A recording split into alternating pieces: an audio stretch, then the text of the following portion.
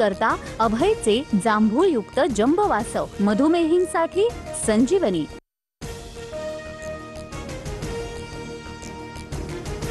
महाराष्ट्रात महापालिका निवडणुकीसाठी प्रभाग रचना प्रक्रिया सुरू।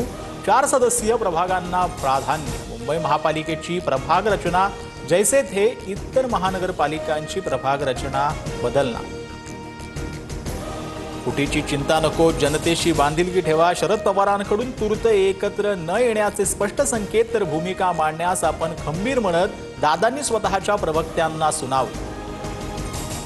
शरद पवारांच्या समोरच जयंत पाटलांकडून प्रदेशाध्यक्षपदाचा राजीनामा देण्याची इच्छा व्यक्त, तर मनात दुसरं काही असल्यानं जबाबदारीतून मुक्त व्हायचंय का, फडणवीसांचा टोला।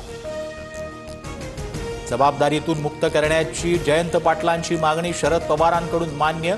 निवडणुकीनंतर नव्या नेतृत्वाचा विचार करू, प्रमुख सहकार्यांसोबत घेऊन निर्णय होणार, पवारांकडून स्पष्ट।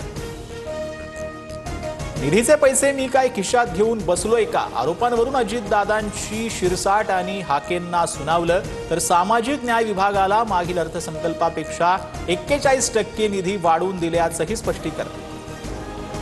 भारतीय बनावटीच्या विदेशी मद्यावर 1.5% शुल्क वाढ। मंत्रिमंडळाच्या बैठकीत महत्त्वाचा निर्णय। मद्यावरील शुल्कवाढीमुळे राज्याच्या तिजोरीत 14,000 कोटींचा महसूल वाढणार।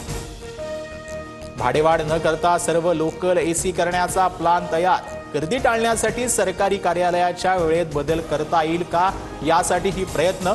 मुख्यमंत्री फडणवीसांची माहिती।